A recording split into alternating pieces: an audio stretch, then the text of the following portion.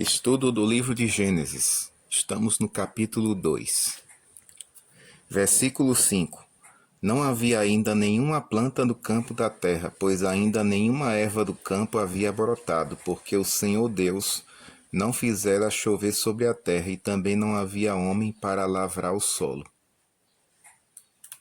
Nenhuma planta. Os versos 4 até o 6 antecipam a criação do homem.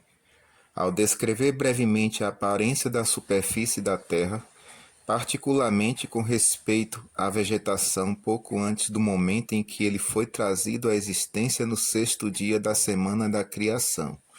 Ali estava o paraíso perfeito, onde só faltava alguém para lavrar o solo.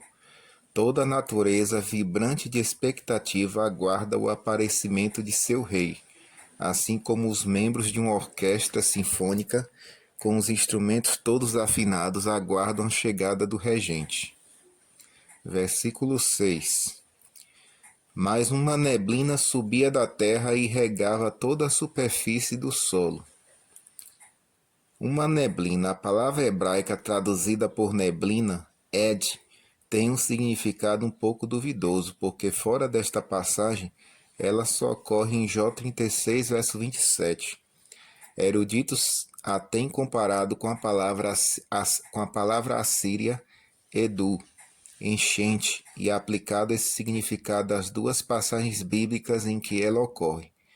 Mas a palavra enchente não se encaixa no contexto de nenhum desses dois versos, enquanto que a palavra neblina ou vapor se enquadra bem em ambos os casos. Versões antigas a traduziram como fonte, o que revela que não a compreenderam. A improbabilidade de que uma fonte pudesse ter regado a vasta terra mostra claramente que a fonte não pode ser a tradução correta de Ed. Neblina parece ser a melhor tradução, e neste caso podemos pensar em neblina como sinônimo de orvalho. O fato de as pessoas do tempo de Noé zombarem da ideia de que a chuva vinda do céu pudesse trazer destruição à terra no dilúvio, e de Noé ser elogiado por crer em acontecimentos que ainda não se viam, indica que a chuva era desconhecida para os antediluvianos. Somente com os olhos da fé, Noé podia visualizar a água caindo do céu e afogando todos os seres vivos que não buscassem refúgio na arca. Uma vez que o arco-íris foi instituído após o dilúvio, isso está em Gênesis 9, versos 3 a 16, e parece não ter existido antes disso, é coerente a declaração de que a chuva era desconhecida antes desse evento. Versículo 7.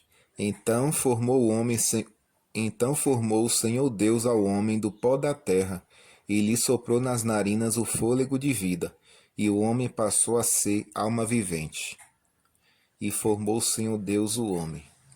São apresentados aqui importantes detalhes adicionais sobre a criação de Adão. Permite-se, por assim dizer, sondar a oficina de Deus e ver a sua mão realizando o misterioso ato da criação. A palavra formar, yatsu, subentende o ato de moldar e modelar de uma forma que corresponda em configuração e aparência ao plano divino. A palavra é usada ao descrever a atividade do oleiro, do artífice que fabrica ídolos, e de Deus, que forma várias coisas, entre elas a luz, Isaías 45, 7, o olho humano, Salmo 94, verso 9, o coração, Salmo 33, 15, e as estações, Salmo 74, verso 17. Do pó da terra. O fato de o homem ser composto por materiais derivados do solo, elementos da terra, é confirmado pela ciência. A decomposição do corpo humano após a morte dá testemunho disso. Os elementos principais que compõem o corpo humano são oxigênio, carbono, hidrogênio e nitrogênio. Muitos outros existem em proporções menores.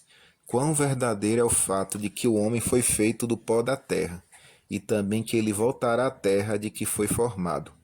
Eclesiastes 12, versículo 7. O fôlego da vida. Fôlego, Neshama, vindo da fonte de toda a vida. O princípio vital entrou no corpo inanimado de Adão. É dito que o meio pelo qual a centelha de vida foi transferida para seu corpo foi o sopro de Deus. A mesma ideia aparece em Jó 33, verso 4. O Espírito de Deus me fez e o sopro do Todo-Poderoso me dá vida. Ao ser comunicado ao homem o fôlego é equivalente à sua vida, é a própria vida em si. Isaías 2, verso 22. Na morte, nenhum fôlego resta nele. Esse fôlego de vida no homem não difere em nada do fôlego de vida nos animais, pois todos recebem sua vida de Deus. Gênesis 7, verso 21 e 22 e Eclesiastes 3, verso 19. Portanto, ele não pode ser a mente ou a inteligência. Alma vivente.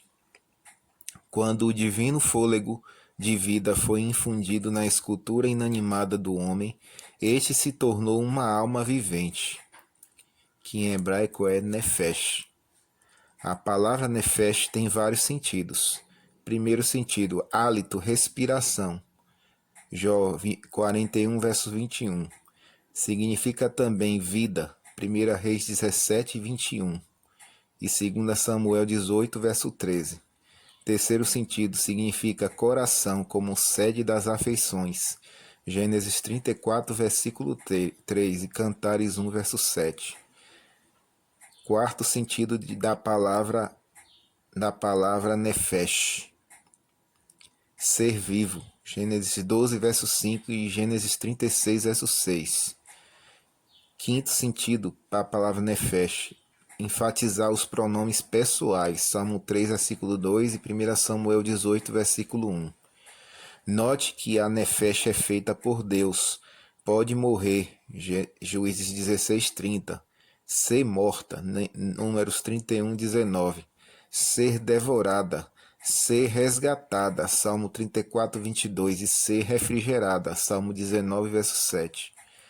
Nada disso se aplica ao espírito, que é em hebraico ruá, o que indica claramente a grande diferença entre os dois termos.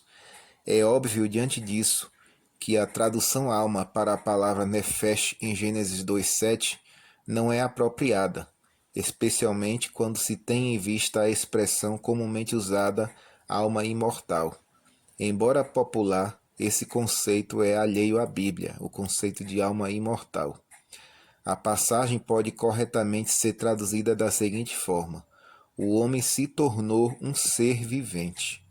Quando alma é considerada sinônimo de ser, alcança-se o significado bíblico de nefesh presente nesta passagem. Versículo 8 de Gênesis 2. E plantou o Senhor Deus um jardim no Éden, na direção do Oriente, e pôs nele o homem que havia formado. A localização do Éden é desconhecida. O dilúvio alterou de tal forma as características físicas da Terra, que se tornou impossível a identificação atual de locais existentes antes dessa catástrofe. Comumente nos referimos a esse jardim como paraíso, uma palavra de origem persa que significa parque. A palavra hebraica para paraíso, que é pardes, ocorre algumas vezes no Antigo Testamento. Por exemplo, em Neemias 2, verso 8, Eclesiastes 2, verso 5 e Cantares 4, verso 13. Mas em referência à árvore e não como um nome para o jardim do Éden. A palavra paraíso do grego paradeisos foi originalmente aplicada ao lar de nossos primeiros pais, pelos tradutores da Septuaginta.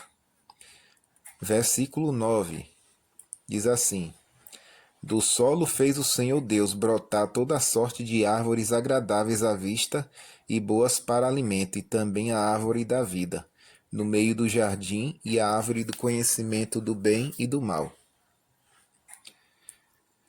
No preparo da maravilhosa morada do homem foi dada atenção à ornamentação bem como à utilidade.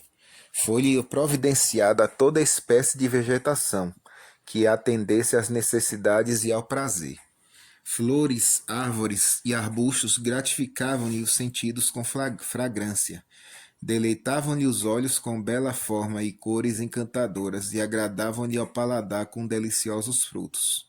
O Éden passou a representar para sempre o mais elevado conceito que o homem pode ter de excelência terrena. Também a árvore da vida. A sequência em que aparecem essas palavras como se fosse apenas um adendo parece estranha num idioma moderno.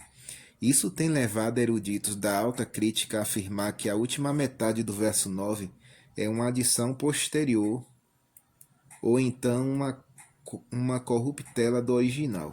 Mas essa disposição de palavras que parece incomum, quando traduzida para a nossa língua, é comum no hebraico e não proporciona a menor desculpa para se duvidar da originalidade do texto. Por exemplo, Gênesis 2, verso 17 diz literalmente: o Senhor puniu Faraó e a sua casa com grandes pragas. Há outros exemplos da mesma estrutura frasal, embora não tão evidente em nossas versões. Ao comerem da árvore da vida, Adão e Eva deviam ter a oportunidade de expressar sua fé em Deus, como mantenedor da vida, assim como por guardar o sábado, demonstravam fé no Criador e lealdade a Ele. Para esse fim, Deus havia dotado a árvore de uma virtude sobrenatural, sendo que seu fruto era um antídoto contra a morte e suas folhas conservavam a vida e a imortalidade. Os homens continuariam vivos somente enquanto comessem dela. Uma das árvores era chamada literalmente de árvore da vida. O fato de essa palavra estar na forma plural é explicado uma vez que se reconhece a mesma como um plural de abstração, e o artigo definido indica que essa árvore tinha algo a ver com a vida como tal, isto é, aquela vida que seria obtida ou preservada com o uso de seu fruto. Contudo, uma vez que as outras árvores do jardim eram boas para alimento, também se destinavam a preservar a vida. Se uma árvore é distinguida das outras pelo nome extraordinário de árvore da vida, seu fruto deve ter o propósito de suster a vida de maneira diferente das outras árvores, sendo ela superior. A declaração de que o comer do fruto dessa árvore propiciaria ao homem viver eternamente mostra que essa árvore era superior às outras árvores úteis do jardim. O nome da segunda árvore era a árvore do conhecimento do bem e do mal. O artigo definido o antes da palavra conhecimento significa que a árvore não podia fornecer todo e qualquer tipo de conhecimento, mas apenas certo tipo, o triste conhecimento do mal em contraste com o bem. O nome dessas árvores é importante. Em ambos os casos, a palavra árvore está ligada a termos abstratos, vida e conhecimento. Isto não abre espaço para se declarar que essas duas árvores não existiam, mas ao contrário, dá a elas implicações espirituais.